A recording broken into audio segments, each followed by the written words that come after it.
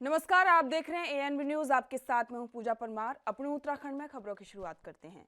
प्रधानमंत्री नरेंद्र मोदी ने विजय संकल्प सभा को संबोधित करते हुए कहा कि एक ओर बीजेपी है जिसने सरकार में आने के बाद अटल बिहारी वाजपेयी के नेतृत्व में उत्तराखंड राज्य बनाया, दूसरी ओर वे लोग हैं जिन्होंने उत्तराखंड के निर्माण को रोकने के लिए हर संभव षड्यंत्र किया और जितने हो सकते थे उतने रोड़े अटकाए। मैं इस परंपरा को प्रणाम करते हुए सबसे पहले हमारे भूतपूर्व सीडीएस जनरल बिपिन रावत जी, जो हमारे उत्तराखंड का धरती का गौरव, आज मैं बिपिन रावत जी को नमन करता हूं।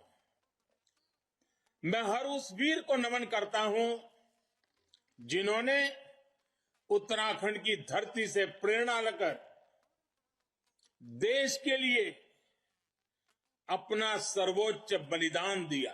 आज हरिद्वार के जन जन में जो जोश है, भाजपा को लेकर जो भरोसा है, उससे साफ है कि उत्तराखंड का आशीर्वाद पूरी तरह से भाजपा के साथ है। पुष्कर सिंह धामी जी के नेतृत्व में पूर्ण बहुमत की डबल इंजन सरकार एक बार फिर तय है। लूटते रहना चाहते हैं, अपनी जेबें भरते रहना चाहते हैं, यही उनकी मानसिकता है। लेकिन देवभूमि की देवतुल्य जनता ने ये तय कर लिया है कि अब इन्हें मौका नहीं मिलने वाला है।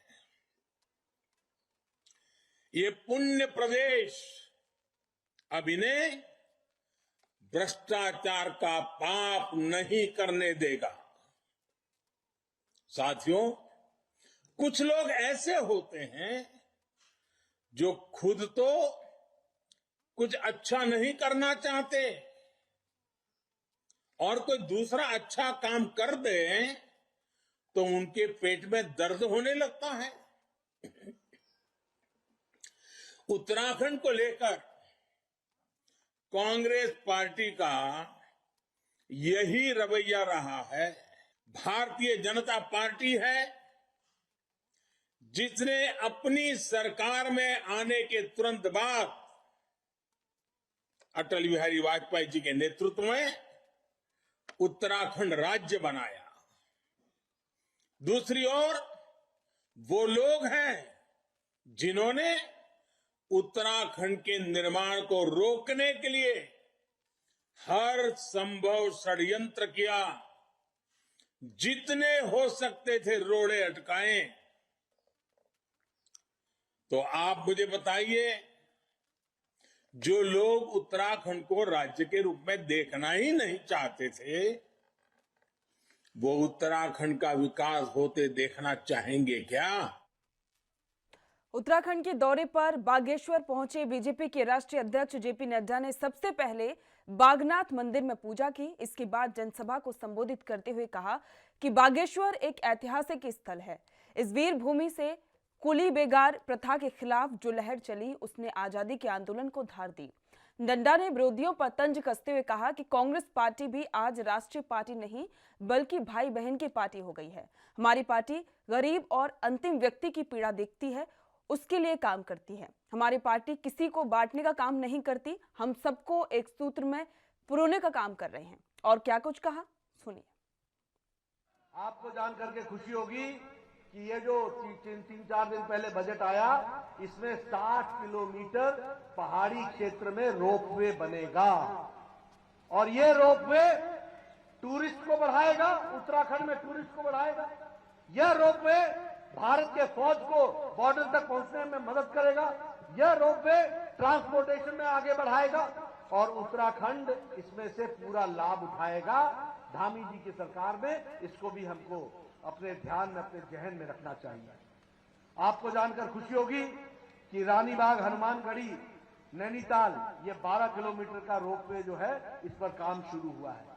गौरीकुंड से लेकर केदारनाथ तक 8.5 किलोमीटर का बन रहा है। उसी तरीके से गोविंद घाट से घंगरिया तक 8.8 किलोमीटर का इसका भी काम चल रहा है। इसके आने से टूरिस्टों की बहुतायत भी होगी, आगे भी बढ़ेगा, वो भी हमको ध्यान रखना है। उत्तराखंड में लग गए, एक तरीके से नया उत्तराखंड खड़ा हो रहा है और उसको आगे बढ़ाने की जरूरत है। कोस्ट गार्ड रिक्रूटमेंट सेंटर अब उत्तराखंड में खुल गया। उसी तरीके से नेशनल लॉ यूनिवर्सिटी मैंने कहा वो खुल गई है। नेचुरल फाइबर अल्मोड़ा में उसका भी खुल गया है। आदि शंकराचार्य जी की मूर्ति का अनावरण और उनकी समाधि जो बनाई गई उसका भी अनावरण हुआ है, वह भी आपने देखा है। और उसके साथ साथ केदारनाथ का कितना विकास हो रहा है वह भी देखा है। उधम सिंह नगर में एक नया एयरपोर्ट बन रहा है और विकास के दृष्टि से उसको भी जोड़ने का काम चल रहा है। हमारे टीचर भाइयों के लिए जो गेस्ट टीचर्स थे उनकी तनख्वाह 15,000 प्रति माह से बढ़ाकर 25,000 कर दी गई है। बच्चों को 10वीं 12वीं में टैबलेट मिलेगा, लैपटॉप मिलेगा ताकि वो अपना पढ़ाई कर सके। मुफ्त शिक्षा दी जाएगी। एक विद्यालय और विद्यार्थी की दृष्टि से एक नए विकास की बात को हम आगे बढ़ा रहे हैं। सारी पार्टियां आज वंशवाद की पार्टी बन गई है। कोई पार्टी उठा लो, ये भारतीय जनता पार्टी है। बाकी पार्टियों में क्या है? परिवार ही पार्टी है। आप ऊपर से उठाओ, जम्मू कश्मीर से नेशनल कॉन्फ्रेंस, पीडीपी, नीचे आओ लोकदल, नीचे आओ समाजवादी पार्टी, उससे नीचे चले जाओ, परिवार की ही पार्टियां हैं। और मैं यहां दावा करता हूं कि इंडियन नेशनल कांग्रेस भी अब राष्ट्रीय नहीं रह गई है। यह अभी परिवार की पार्टी हो गई है, भाई बहन की पार्टी हो गई और कोई इसमें नहीं है। ये भी हमको याद रखना चाहिए। वक्त हो गया है ब्रेक का, जल्द लौटेंगे।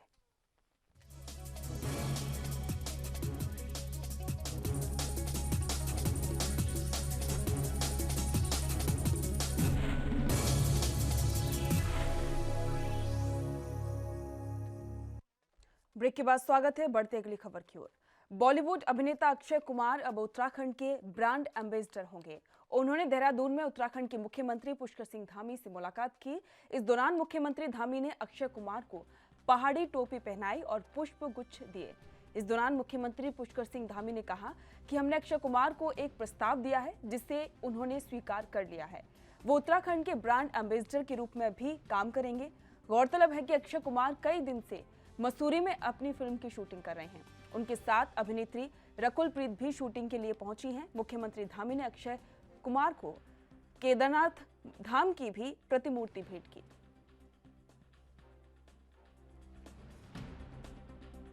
बढ़िया रही मीटिंग, बढ़िया रही। पहली बार यहाँ आना हुआ, देहरादून में आया हूँ, पहली बार यहाँ शूटिंग की है, मसूरी में शूटिंग की। बहुत ही मज़ा आया और इससे खूबसूरत जगह मैंने नहीं देखी, मैं बस यही कह सकता हूँ। सर, जिस तरीके से आप पहली बार उत्तराखंड आए हैं, सर क्या मैसेज आप उत्तराखंड के यूथ को देना चाहते हैं? सर ये देखिए सामने ही लिखा हुआ है इधर, ड्रग फ्री बॉडी। बस इसका इस्तेमाल ना करें, बस दैट्स इट। हाँ, ये इस पे ज़्यादा जोर देना चाहिए कि यहाँ रोज़गारी चले और यहाँ बल्कि मैं तो कहूँगा कि काफ़ी लोग आएंगे यहाँ शूटिंग, वैसे भी आते थे, और भी लोग आएंगे यहाँ शूटिंग करें, रोज़गारी बढ़े, काम चले। इससे जैसे कहा कि इससे खूबसूरत जगह मैंने नहीं देखी। हम इतने बाहर देशों में जाते हैं शूटिंग करने, स्विट्ज़रलैंड गए, लंदन गए, यहाँ वहाँ गए, लेकिन ये एक रॉ नेचुरल जगह है और देव का घर है ये। एंड मैं बहुत अपने आप को पहले तो लकी मानता हूँ कि इस वक्त मुझे मौका मिला, लेकिन अनलकी मानता हूँ कि 31 साल मैं फिल्म इंडस्ट्री के अंदर रहा लेकिन कभी मौका नहीं मिला यहाँ आने का। तो बस ये मौका मिला है, उसके लिए बहुत बहुत धन्यवाद। सबसे बड़ी बात है अक्षय कुमार जी एक कलाकार के साथ साथ वो एक बेहद अच्छे इंसान भी हैं और उनका जो समाज में और राष्ट्र के लिए जो योगदान है बहुत बड़ा है। हर चैरिटी में, हर किसी आपदा में, मुसीबत के समय में हमेशा वो खड़े होते हैं। हमने उनसे कहा है और उन्होंने हमारे प्रस्ताव को स्वीकार किया। आगे उत्तराखंड के लिए ब्रांड एम्बेसडर के रूप में भी वो काम करेंगे। उत्तराखंड के कोटद्वार में मुख्यमंत्री पुष्कर सिंह धामी ने कहा कि वैक्सीन आने के बाद विपक्षी पार्टियों के नेताओं ने कहा था कि अगर वैक्सीन लगाओगे तो मर जाओगे। दूसरी लहर में जिन लोगों ने वैक्सीन नहीं लगाई थी वे बीमार हुए या फिर उनकी मृत्यु हो गई। सभी मेरी मातृशक्ति माताएं बहनें, और मैं बड़ा सौभाग्यशाली हूं कि मैं जिस कार्यक्रम में भी जा रहा हूं, अब यहां तो पता नहीं आप लोग रितु जी के साथ वैसे ही ज्यादा लगे हो, लेकिन मैं पूरे उत्तराखंड के अंदर अभी चुनाव अभियान में आधे उत्तराखंड से ज्यादा विधानसभाओं में मैं जा चुका हूं।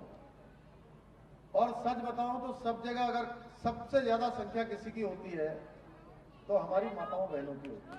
राजनीतिक और जनसभा में पहली बार, मुख्यमंत्री बनने के बाद पहली बार आया हूं, और जिस प्रकार से मैंने आप सब लोगों का सैलाब देखा है और जो जोश देखा है मैं दावे के साथ कह सकता हूं, इस बार आप लोग यहां से भारी बहुमत से यहां से कमल खिलाने वाले हैं और भाजपा की सरकार बनाने वाले हैं। ये वैक्सीन अगर कांग्रेस की सरकार होती तो विदेशी शक्तियों के साथ मिल जाते, विदेशी कंपनियों के साथ मिल जाते और देश के लोगों को मरने के लिए छोड़ देते। प्रधानमंत्री जी को आपने देखा होगा, उनकी दाढ़ी भी बड़ी हुई थी, क्योंकि वो रात दिन इस चिंता में थे कि कैसे मैं एक अपने देशवासी की जान बचाऊं, कैसे मैं सुरक्षा कवच दूं, और उन्होंने वो काम किया और पूरे देश के लिए अनुसंधान करवा के वैक्सीन लेकर आए। भाइयों बहनों, जब दूसरी लहर आई तो दूसरी लहर के समय में जिन लोगों ने वैक्सीन नहीं लगाई थी वो सारे के सारे लोग गंभीर रूप से बीमार हो गए या आज हमारे बीच में से चले गए। कौन दोषी है इन लोगों की मृत्यु का? किसने इनको मारने का काम किया है? ये कोई मजाक वाली बात नहीं है, ये कितनी गंभीर बात है। इन लोगों को जान जाना से भी कोई गुरेज नहीं है, केवल अपनी राजनीति करनी है इन्होंने, और इन्होंने पूरी राजनीति की। मैं इस मंच के माध्यम से कहना चाहता हूं कि ये सारे लोग पापी हैं जिन्होंने लोगों की जान ली है।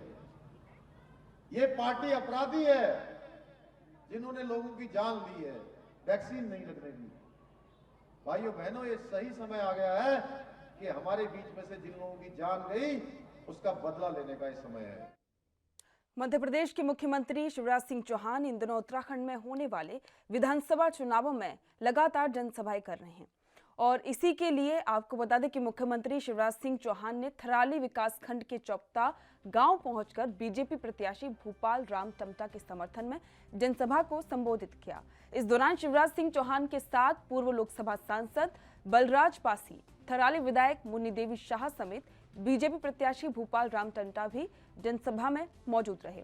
मुख्यमंत्री शिवराज सिंह ने कहा कि अपने भाषण की शुरुआत गढ़वाली से की थी, लेकिन उन्होंने थराली विधानसभा की जनता को भांजा और भांजी कहकर भी संबोधित किया। वहीं बीजेपी कार्यकर्ताओं ने भी शिवराज सिंह चौहान को मामा कहकर संबोधित करते हुए गर्मजोशी से उनका स्वागत किया।